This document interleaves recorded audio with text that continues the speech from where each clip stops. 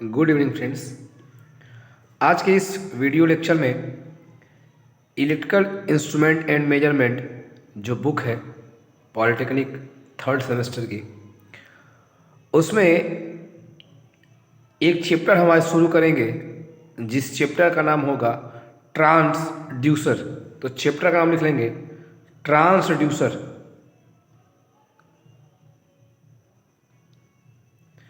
Transducer. अब ये transducer क्या होता है? तो ट्रांसड्यूसर एक ऐसी डिवाइस है ट्रांसड्यूसर एक ऐसी डिवाइस है जो एक फॉर्म की एनर्जी को किसी दूसरे फॉर्म की एनर्जी में चेंज करने का कार्य करती है। तो लिखेंगे कि ट्रांसड्यूसर एक ऐसी डिवाइस है जो एक फॉर्म की एनर्जी का मतलब ये है कि जो फिजिकल एनर्जी को, जो किसी भौतिक ऊर्जा को, तो लिखेंगे यहाँ पे जो किसी फिजिकल एनर्जी को इलेक्ट्रिकल एनर्जी में चेंज करने का कार्य करती है। जो किसी भौतिक ऊर्जा को विद्युत ऊर्जा में चेंज करने का या परिवर्तित करने का कार्य करती है, उसे हम कहते हैं ट्रांसड्यूसर। अब फिजिकल एनर्जी के अंतर्गत कौन कौन सी एनर्जी होगी, किस टाइप की एनर्जी किस टाइप की एनर्जी में चेंज हो जाएगी? तो फिजिकल एनर्जी भैया किसे कहते हैं? जैसे तापमान के कारण कोई एनर्जी हो, खिंचाव के कारण कोई एनर्जी हो जिसको हम स्ट्रेन कहते हैं, डिस्प्लेसमेंट यानी विस्थापन हो। तो इस प्रकार की जो भी एनर्जी होगी उसको वो किस में चेंज कर दे? विद्युत ऊर्जा में। यानी विस्थापन के कारण जो भी एनर्जी होगी वो किस में चेंज हो जाए? इलेक्ट्रिकल एनर्जी में। खिंचाव के कारण जो भी एनर्जी हो वो किस में चेंज हो जाए? विद्युत ऊर्जा में। तो ट्रांसड्यूसर क्या है? तो ट्रांसड्यूसर एक ऐसी डिवाइस है जो एक फॉर्म की एनर्जी को अलग फॉर्म की एनर्जी में चेंज करने का कार्य करती है। अर्थात जो फिजिकल एनर्जी को इलेक्ट्रिकल एनर्जी में चेंज करने का कार्य करती है उसको हम कहते हैं ट्रांसड्यूसर। इतनी बातें समझ आई होंगी। अब बात करते हैं कि इनवर्स ट्रांसड्यूसर क्या होता है। Inverse transducer.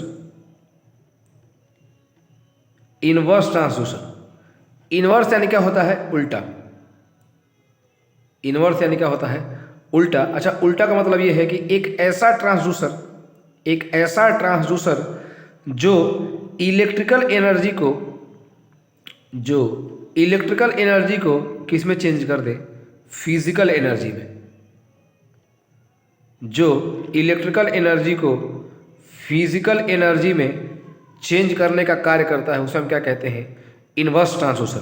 और ट्रांसड्यूसर किसे कहते हैं? ट्रांसड्यूसर एक ऐसी डिवाइस है जो फिजिकल एनर्जी को किस में चेंज करता है? इलेक्ट्रिकल एनर्जी में। कोई पूछे फिजिकल एनर्जी के अंतर्गत क्या क्या आएगा, तो कहेंगे जैसे तापमान हो गया, खिंचाव हो गया, विस्थापन हो गया। वो सारे के सारी कौन सी एनर्जी उसमें स्टोर है, कौन सी एनर्जी होगी, कह रहे हैं वो फिजिकल एनर्जी के अंतर्गत आएंगे। अब वो ट्रांसड्यूसर किसमें इसको चेंज कर देगा? इलेक्ट्रिकल एनर्जी में। तो इनवर्स ट्रांसड्यूसर किसे कहेंगे? तो एक ऐसा ट्रांसड्यूसर जो इलेक्ट्रिकल एनर्जी को किसमें चेंज कर दे? फिजिकल एनर्जी में। उल्टा हो जाए, जो इलेक्ट्रिकल एनर्जी को फिजिकल एनर्जी में चेंज करेगा उसको हम कहेंगे इनवर्स ट्रांसड्यूसर। यहाँ तक बात समझ आई होगी। तो अब बात करते हैं टाइप ऑफ ट्रांसड्यूसर के। तो यहाँ लिखेंगे टाइप ऑफ ट्रांसड्यूसर। ट्रांसड्यूसर के प्रकार कि ट्रांसड्यूसर कितने प्रकार के होते हैं। तो ट्रांसड्यूसर मुख्य रूप से दो प्रकार के होते हैं। पहले को कहते हैं एक्टिव ट्रांसड्यूसर, एक्टिव ट्रांसड्यूसर, और दूसरे को कहते हैं पैसिव ट्रांसड्यूसर। ट्रांसड्यूसर क्या है ये बात पता चल गई। तो अब बात करते हैं कि ट्रांसड्यूसर कितने टाइप के होते हैं। तो ट्रांसड्यूसर मुख्य रूप से दो प्रकार के होते हैं। कौन कौन से? एक होता है एक्टिव ट्रांसड्यूसर और दूसरा होता है पैसिव ट्रांसड्यूसर। अगर इसकी हिंदी लिखें तो एक्टिव की हिंदी होती है सक्रिय ट्रांसड्यूसर और पैसिव की हिंदी होती है निष्क्रिय ट्रांसड्यूसर। अब किसे कहेंगे एक्टिव ट्रांसड्यूसर? तो यहां हेडिंग कर लेंगे एक्टिव ट्रांसड्यूसर। Active transducer. तो पहले ट्रांसड्यूसर क्या है? तो ट्रांसड्यूसर एक ऐसी डिवाइस है जो फिजिकल एनर्जी को किस में चेंज करती है? इलेक्ट्रिकल एनर्जी में। ये बात पता होगी ना। तो ट्रांसड्यूसर क्या है? तो जो फिजिकल एनर्जी जैसे तापमान, खिंचाव, विस्थापन इत्यादि को किस में चेंज कर दे? इलेक्ट्रिकल एनर्जी में। तो वो क्या होता है? ट्रांसड्यूसर। तो एक्टिव ट्रांसड्यूसर कैसे कहेंगे? तो ऐसा करने के लिए, यानी फिजिकल एनर्जी को इलेक्ट्रिकल एनर्जी में चेंज करने के लिए अगर किसी ट्रांसड्यूसर को किसी भी बाह्य सोर्स की, यानी किसी भी बाहरी स्रोत की आवश्यकता न हो, किसी भी बाह्य स्रोत की आवश्यकता न हो, या कोई भी बाह्य सोर्स इसके लिए अगर न लगा हो, तो उसको हम कौन सा ट्रांसड्यूसर कहेंगे? Active transducer. फिर सुन लीजिएगा, एक ऐसा ट्रांसड्यूसर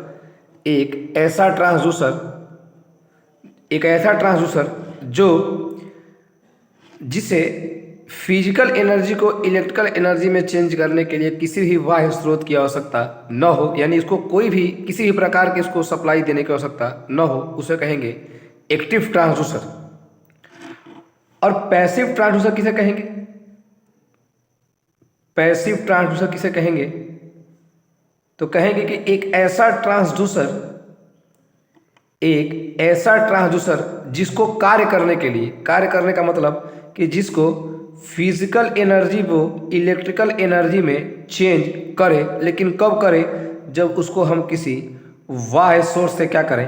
कनेक्ट करें, या किसी बाह्य सोर्स की आवश्यकता हो। यहाँ लिखेंगे बाह्य सोर्स लगा हो, तो उसको हम कहेंगे पैसिव ट्रांसड्यूसर। अभी देखो क्लास फिर सुन लीजिए, हमने पढ़ा ट्रांसड्यूसर क्या होता है।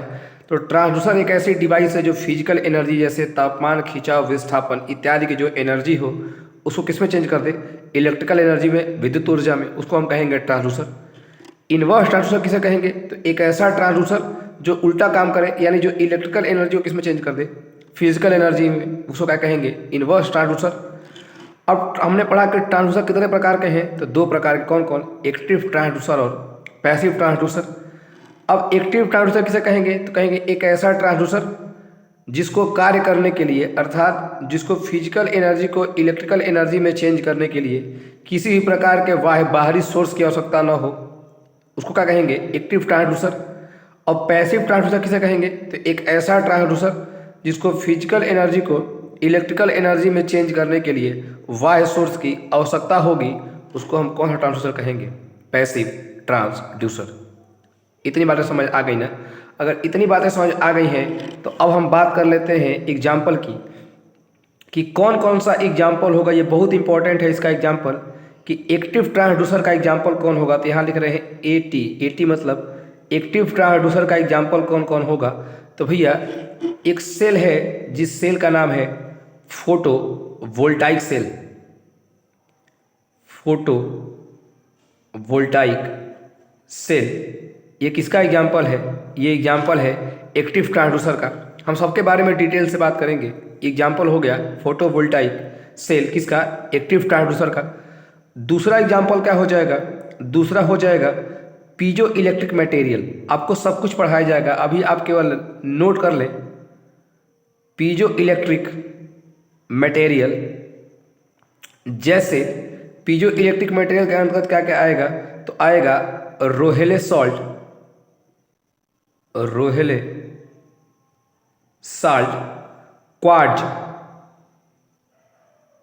क्वार्ट्ज, ये सब किस में आएंगे?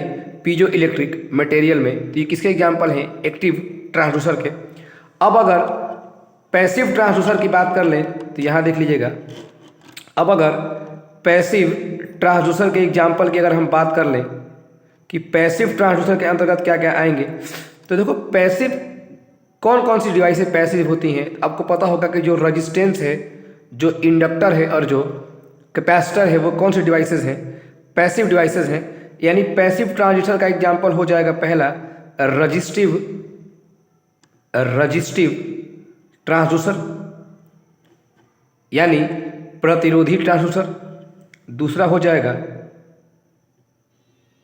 इंडक्टिव ट्रांसड्यूसर यानी ये हो जाएगा R, ये हो जाएगा L, और तीसरा हो जाएगा कैपेसिटिव ट्रांसड्यूसर। अच्छा, कैपेसिटिव ट्रांसड्यूसर यानी C। और कौन कौन से एग्जाम्पल होंगे? 3 एग्जाम्पल हो गए, रजिस्टिव ट्रांसड्यूसर, इंडक्टिव ट्रांसड्यूसर और कैपेसिटिव ट्रांसड्यूसर। एक एग्जाम्पल होगा इसका LVDT linear variable differential transformer. ये भी किसके एग्जाम्पल हैं? पैसिव ट्रांसड्यूसर के। तो आज के इस लेक्चर में ट्रांसड्यूसर क्या होता है, इन्वर्स ट्रांसड्यूसर क्या होता है, ट्रांसड्यूसर कितने प्रकार के होते हैं वो हमने जान लिया, एक्टिव और पैसिव, और इनके एग्जाम्पल कौन कौन से हैं। यानी एक्टिव ट्रांसड्यूसर कौन के एग्जाम्पल कौन है? तो फोटोवोल्टाइक सेल है, पीजो इलेक्ट्रिक मटेरियल है जिसमें रोहेले साल्ट है और क्वार्ट्ज है। और पैसिव ट्रांसड्यूसर के बारे में हमने पढ़ा, तो इसके अंतर्गत कौन कौन से एग्जाम्पल होगा? तो रजिस्टिव ट्रांसड्यूसर होगा, इंडक्टिव ट्रांसड्यूसर होगा, कैपेसिटिव ट्रांसड्यूसर होगा और LVDT होगा। LVDT यानी ये भी एक प्रकार का ट्रांसफार्मर है जो कैसा काम करता है? एज ए पैसिव ट्रांसड्यूसर की तरह कार्य करता है। तो वो एक एग्जाम्पल है, फुल फॉर्म इसकी है लीनियर वेरिएबल डिफरेंशियल ट्रांसफार्मर। तो जो नेक्स्ट लेक्चर आएगी उसके बारे में हम ये पढ़ेंगे कि आखिर ट्रांसड्यूसर काम कैसे करता हो। तो इसके आप प्रॉपर नोट्स बना लें। चैनल पसंद आए तो लाइक ज़रूर करें। धन्यवाद।